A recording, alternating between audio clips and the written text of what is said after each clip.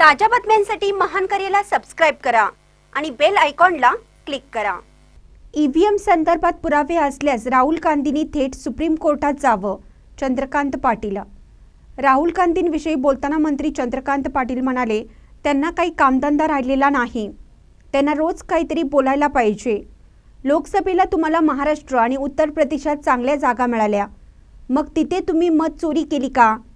जेव्हा निकाल तुमच्या बाजूने लागतात तेव्हा ईव्हीएम चांगली, निकाल विरोधात लागले की ईव्हीएम वाईट म्हणणं योग्य नाही। जर त्यांच्याकडे पुरावे असतील तर राहुल गांधींनी थेट सुप्रीम कोर्टात जावं असा सल्ला मंत्री चंद्रकांत पाटील यांनी दिला आहे। पाहूयात ते काय म्हणतात।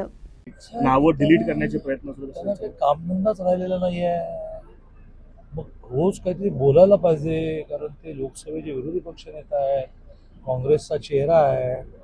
ते सारखं काहीतरी बोलले नाही तर ते जर सरळ बोलले तुम्ही छापणार नाही, दाखवणार नाही, काहीतरी असं फंटास्टिक बोलायला लागतं। कारण इतक्या वेळा त्यांनी मांडणी करून ते काही हे प्रूव्ह करू शकले नाहीत काय झालं। मग आता त्यांना मग असं म्हणायचं का की लोकसभेला तुम्हाला चांगल्या सीट मिळाल्या, प्रमुख्याने महाराष्ट्रामध्ये, उत्तर प्रदेशमध्ये, पण तिथे तुम्ही मतचोरी केली का? काय म्हणायचं, मतचोरी तुम्ही केली का? म्हणजे जेव्हा जेव्हा रिझल्ट तुमच्या बाजूने लागतात तेव्हा ईव्हीएम चांगलं, मतचोरी नाही। जेव्हा जेव्हा रिझल्ट तुमच्या बाजूने लागत नाही तेव्हा ईव्हीएम वाईट, मतचोरी झाली।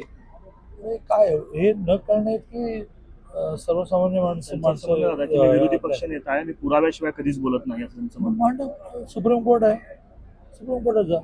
निवडणूक आयोगाने त्यांच्या पुराव्याची दखल घेतली नसेल तर प्रत्येकाला त्याच्या नेक्स्ट स्टेप असते।